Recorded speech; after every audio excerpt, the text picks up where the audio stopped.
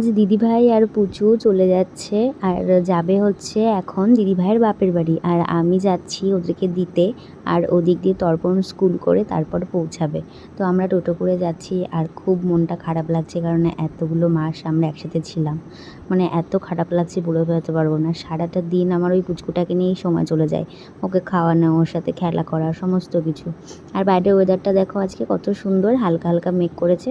আর ওই দেখো ওই এখন ঘুমও করবে, আর সারা রাস্তা বকবক করতে করতে যাচ্ছে, এত কথা শিখেছে, এই জন্য আরও বেশি মনটা খারাপ লাগছে। আর এখন আমরা যাব লক্ষ্মীপুর দিদিভাইয়ের বাপের বাড়িতে। আর ওখানে যেতে গেলে ঘাট পার হতে হয়। বীভৎস সুন্দর জায়গাটা, এত ভালো লাগে।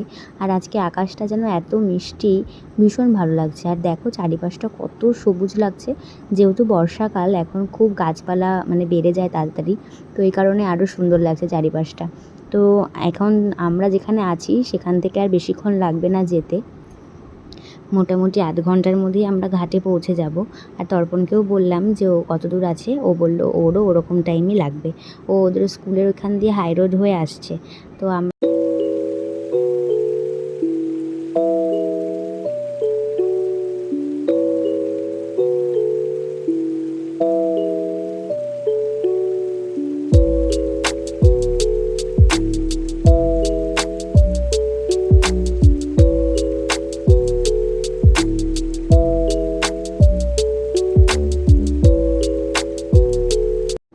গ্রামের সুন্দর পরিবেশ দেখতে দেখতে ঘাটের রাস্তায় উঠে গেছি। আর তোমরা বুঝতেই পারছো যে সামনে ঘাট, দেখো রাস্তা দেখলে কিন্তু বোঝা যায় যে সামনে ঘাট আছে।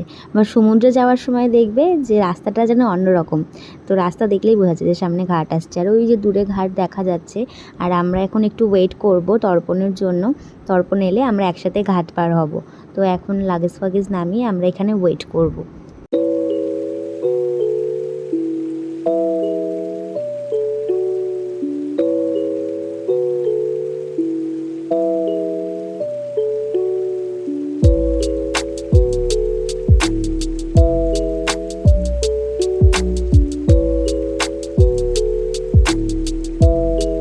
আমরা এখন উঠে পড়েছি নৌকাতে, আর তর্পণও চলে এসছে, ওই দেখো।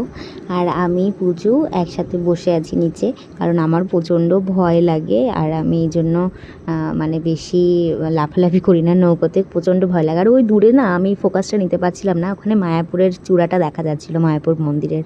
আর দেখো কত সুন্দর লাগছে, এত জল বেড়ে গেছে কি বলবো। এর আগে যখন আমরা গিয়েছিলাম তখন এতটা জল ছিল না, আর এখন অনেক জল হয়েছে। যেহেতু বর্ষাকাল চলছে, তাও তো বৃষ্টি নেই, বৃষ্টি হলেই জল যে কত দূর যাবে তার ঠিক নেই। মানে এত জল হয়েছে, আর ভীষণ সুন্দর লাগছে, আর ঝিরিঝিরি করে বৃষ্টিও পড়ছিল। তো আমরা এখন ঘাট পার হয়ে গিয়েছি, আর দিদিভাইয়ের বাপের বাড়ি ঘাট পার হলে আরও 5 কিলোমিটার মতো লাগে। তো আমরা এখন অটোতে করে যাচ্ছি, আর তর্পণ হচ্ছে পুচকুকে নিয়ে আসছে, ও কাকায়ের সাথেই যাবে বললো। তারপর দেখো আমরা পৌঁছে গিয়েছি দিদিভাইয়ের বাপের বাড়িতে। আর এসে আমরা একটু রেস্ট নেব, কারণ বেশিক্ষণ আমরা ওয়েট করব না, আমরা চলে যাব, তর্পণের আবার কাল স্কুল আছে। তো এসে আগে দই মিষ্টি খেয়ে নিলাম, আর আমরা লাঞ্চও করে নিয়েছিলাম। তো লাঞ্চের ভিডিও ক্লিপটা নেওয়া হয়নি। পুচুকে খাইয়ে দাইয়ে দিল, পুচুকে আমি হামি খেয়ে একটু আদর করে আমরা বেরিয়ে পড়লাম বাড়ির উদ্দেশ্যে, কারণ হচ্ছে অনেকটাই বেলা হয়ে গেছে, এখন দেখতেই পাচ্ছ বিকেল হয়ে গেছে পুরো। তো তাড়াতাড়ি সন্ধে নেমে যাবে, তো এই কারণে আরও বেরিয়ে পড়েছি। আর এত ভালো লাগে না চারিপাশটা দেখতে, আমার তো ভীষণ ভালো লাগে। দিদিভাইয়ের বাপের বাড়ি এখানটা এত সুন্দর, মানে শুধু ঘুরে বেড়াতেই মন চায়, এত ভালো লাগে জায়গাটা। তোমরা কখনো যদি ওদিকে যাও অবশ্যই যেও লক্ষ্মীপুরে, খুব ভালো লাগবে। মানে চারিপাশটা এতটাই সুন্দর, পুরো যে গ্রামের যে অরিজিনাল যে দৃশ্যটা ওখানে দেখা যায়। আমার তো ভীষণ ভালো লাগে, আর আমার বারবার যেতে মন চায়, এত ভালো লাগে। আর দিদিভাইরা থাকে না বলে অতটা যাওয়াও হয় না আমাদের, দিদিভাইরা এলেই আমরা বেশিরভাগ যাই। আমরা চলে এসেছি এখন ঘাটে, দেখো কত সুন্দর লাগছে। আর এখন পুরো অন্ধকার নেমে আসবে, তো ঘাটটা যেন অন্যরকম লাগছে। আর অনেক রাত অবধি নৌকা পারাপার হয়, আমরা জিজ্ঞেস করেছিলাম, বললো রাত 9টা অবধি। তারপর এই যে তর্পণ গাড়িটাকে উঠিয়ে নিচ্ছে, আর এখনই নৌকাটা ছেড়ে দেবে কিছু লোক হয়ে গেলে, কারণ মোটামুটি কিছু লোক না নিয়ে তো যাওয়া যায় না, তো এই কারণে একটু ভিড় হোক, তারপরে আমাদেরকে ওই পারে নিয়ে যাবে। তারপর আমি দেখো এখানে বসে পড়েছি, আর আমার এতও ভালো লাগে চারিপাশটা, কি বলবো। আমি না খুব ভয় পাচ্ছিলাম, তো আমি তর্পণকে বললাম যে আমি ওখানটায় গিয়ে বসি। ওখানে একটা ইট পাতা ছিল, মানে নৌকাটার একদম কর্নারে। তো মাঝি যে ছিল তাকে আমি বললাম যেখানে বসলে সমস্যা হবে না, তো বললো না কিছু হবে না, তুমি বসো, কোনো প্রবলেম নেই। আর আমার পাশেই উনি বসেছিল, এর জন্য আমার একটু ভয় লাগেনি। আর আমি তাই জন্য একটু ভালো করে ভিডিও ক্লিপ নিচ্ছিলাম। আমার এত ভালো লাগে না কি বলবো। আর গঙ্গার পাড়ে গেলে দেখবে মনটাই যেন ভালো হয়ে যায়। তারপর এই যে আমাদের নৌকা ছেড়ে দিয়েছে আর আমরা এখন ওই পারে যাব। দেখো কীরকম স্রোত না। আর আমি একটু ধারে বসেছি আজকে এই ভিডিওটা করব বলে। প্রচণ্ড ভয় লাগছিল আমার, কিন্তু যে মানে নৌকায় ছিল সে বলল কোনো অসুবিধা নেই। তো সে আমার একদম পাশে বসেছিল বলেই আমি বসতে পেরেছিলাম। गुनगुना रहे हैं भंवर खिल रही है कली कली, गुनगुना रहे हैं भंवर खिल रही है कली कली, कली कली, कली कली, गुनगुना रहे हैं भंवर खिल रही है कली कली।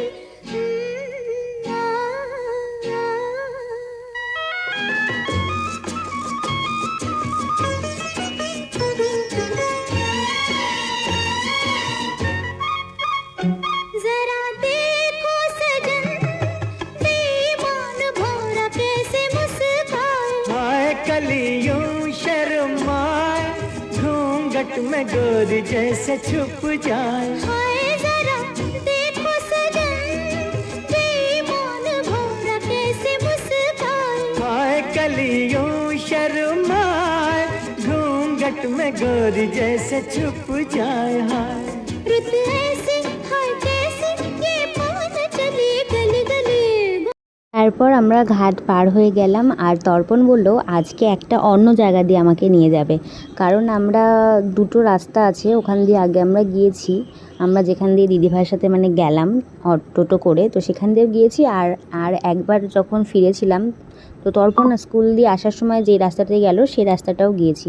তো বললো অন্য এক রাস্তায় নিয়ে যাবে, আর তর্পণের বলে কলেজটাও দেখাবে। তর্পণের কলেজ এই কাছেই পড়ে, তো তর্পণ যেখানে ডিএড করেছে তো সেই কলেজ, চলো তোমাদেরকেও দেখাবো। তো আমার তো ভীষণ মজা লাগছে। আর এই যে তর্পণের কলেজ, ভেতরে ঢুকতে পারিনি আমরা কারণ অনেকটাই অন্ধকার হয়ে গিয়েছিল। যদি আর একটু বেলায় আসতাম তো তাহলে হয়তো যেতে পারতাম। তো তর্পণের তো অনেক পুরনো স্মৃতিও মনে পড়ছিল, আমি ওকে জিজ্ঞেস করছিলাম যে কীরকম লাগছে। আর সত্যি কথা বলতে দেখবে স্কুল কলেজের পাশ দিয়ে যখন অনেক বছর পর যাও না, অনেক পুরনো স্মৃতির কথা মনে পড়ে যায়। মানে মনে হয় যদি কখনো ওই দিনগুলো আবার ফিরে পেতাম, কতই না ভালো ছিল সেই দিনগুলো না। তো আমরা এখন যে রাস্তাতেই যাচ্ছি সেই রাস্তাটা বীভৎস সুন্দর আর এত ফাঁকা, চারিপাশে কোনো বাড়িঘর নেই। আর আমার তো ভীষণ ভালো লাগে এরকম রাস্তায় লং ড্রাইভ করতে। তো আমরা প্রায় সন্ধে সন্ধে হয়ে আসছে, তো আমরা এখনও মানে অনেকটা দূরেই আছি বেথুয়া থেকে। তো আমার এত ভালো লাগছিলো, চারিপাশ পুরো জঙ্গলে ঘেরা, অনেক বড় বড় আম বাগান, অনেক বড় বড় মাঠ সব দেখা যাচ্ছিলো। আর ওই দেখো ট্রেন দেখা যাচ্ছে, ট্রেনে করে যেতে গেলে না এই জায়গাটা আমরা ট্রেন থেকে দেখতে পাই, আর আজকে এখানে দাঁড়িয়ে আমি ট্রেন দেখতে পাচ্ছি, মানে বড়ই অদ্ভুত না বলো। তো এই জায়গাটা দেখো এটা নতুন করেছে, একটা সাবওয়ে করেছে। তো এখানে যেহেতু ট্রেন যায় তো এই পাশ দিয়ে সাবওয়ে করেছে যাতে পরের রাস্তাটাই ওঠা যায়। আর এটা পুরোই নতুন, সবেই মানে শুরু হয়েছে এটা, তো চালু হয়নি সেরকমভাবে, এদিকে তেমন কোনো লোকজন যাতায়াত করে না। তো এই কারণে দেখো শুধুমাত্র একটা বাইকে দেখলাম, আর কিছু মানে অল্প কিছু লোক, সামান্য 2-3টে এরকম হাতে গোনা কয়েকটা লোক দেখতে পেয়েছিলাম। এই রাস্তাটা বড়ই ফাঁকা আর এত সুন্দর, দেখো কীরকম লাগছে দেখতে। আর ওই দূরটা দেখো কত ভালো লাগছে দেখতে, মনে হচ্ছে উপরে উঠলে পরেই মানে একটা সুন্দর দৃশ্য দেখতে পাবো। আর যখনই আমরা ওপরের দিকে উঠলাম, তো এখান থেকে উঠলেই ওই যে রেল লাইন দেখা যাচ্ছে দূরে, দেখতে পাচ্ছ ওই যে রেল লাইন দেখা যাচ্ছে। তারপর আমরা যেতে যেতেই পুরো অন্ধকার নেমেছিল, দেখো কীরকম ঘন জঙ্গল, না ছিল একটা লোক, না ছিল কোনো লাইট, ভীষণ ভয় লাগছিল।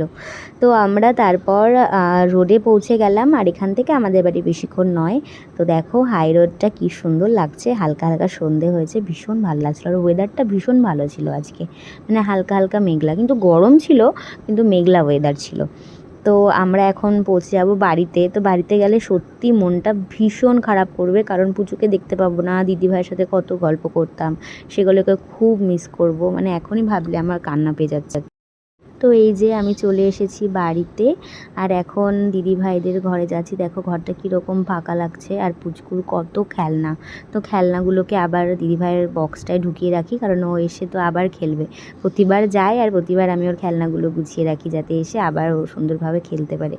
এত মিস করছি, মানে বলার মতো নয়, এত কষ্ট হচ্ছে, মানে ভাবলেই বুকের মধ্যে যেন কীরকম একটা হচ্ছে, কারণ সারাটা দিন আমার ওকে নিয়ে কেটে যেত, আর এতগুলো দিন একসাথে ছিলাম। তো ওর যা যা খেলনা আছে সমস্ত কিছু আমি গুছিয়ে রাখি, ও এসে আবার খেলবে। তো ভীষণ মন খারাপ করছে দিদিভাই আর পুচু। দাদাভাই তো অনেকদিন আগেই চলে গেছে, আর ওদের জন্য সত্যি খুব মন খারাপ করছে। কি বলবো, কিছু তো করার নেই, কাজে যেহেতু দাদাভাই বাইরে থাকে তো ওদেরকেও তো থাকতে হবে ওখানে। তো চলো দেখা হচ্ছে নেক্সট কোনো ভ্লগে। আজকের ভ্লগটা ভালো লাগলে প্লিজ লাইক কমেন্ট শেয়ার।